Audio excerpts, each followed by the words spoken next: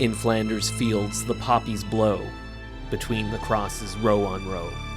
It's a poem we've all heard hundreds of times before.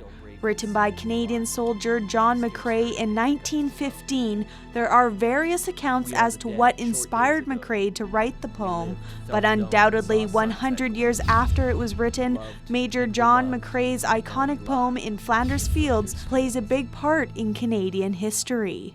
McCrae performed his surgery. Here's his bunker. It's been described as 17 days of Hades because there were 17 days of fighting. And it's the end of that period he wrote the poem. To commemorate the 100th anniversary of the poem in conjunction with the 70th anniversary of the end of World War II, the Saskatoon Public Library, in partnership with Heritage Canada and the Yorkton Film Festival, hosted Voices of Courage, Stories from the World Wars. It's a great event to have for everyone. My father was a war veteran in World War II as well, and served in overseas during that activity. And you know, it's important to me to know what he's done and what other people have done. I don't want to ever discount and not spend some effort at learning about what he's done for us. The free event drew Barry along with other history enthusiasts to watch a short film called Frontlines. The NFB film traces the conflict of World War I through authentic war diaries and private letters of 5 Canadian soldiers and a nurse, allowing community members to hear and see personal accounts of those involved in the Great War.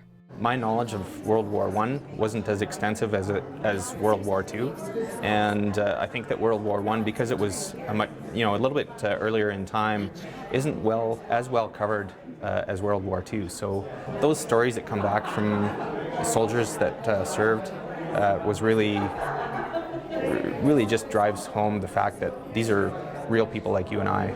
It's hard to read this, but this individual was 15 years old. Following the film, guests heard a presentation by well-known historian Bill Wazer.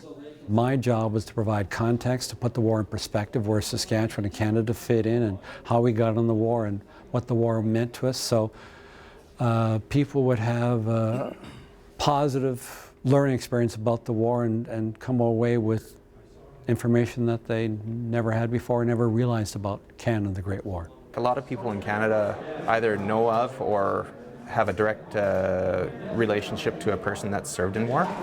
And it's important to be able to research this because and make it come alive, because that's a way to help remember the efforts that they went to. Voices of Courage is the first in a 15-part series to take place across 3 prairie provinces. I hope they realize that this war was a war that changed Canada. It came at a terrible cost, and those that sacrificed their lives should be remembered and not forgotten. For more information on upcoming events through the series, visit yorktonfilm.com/events.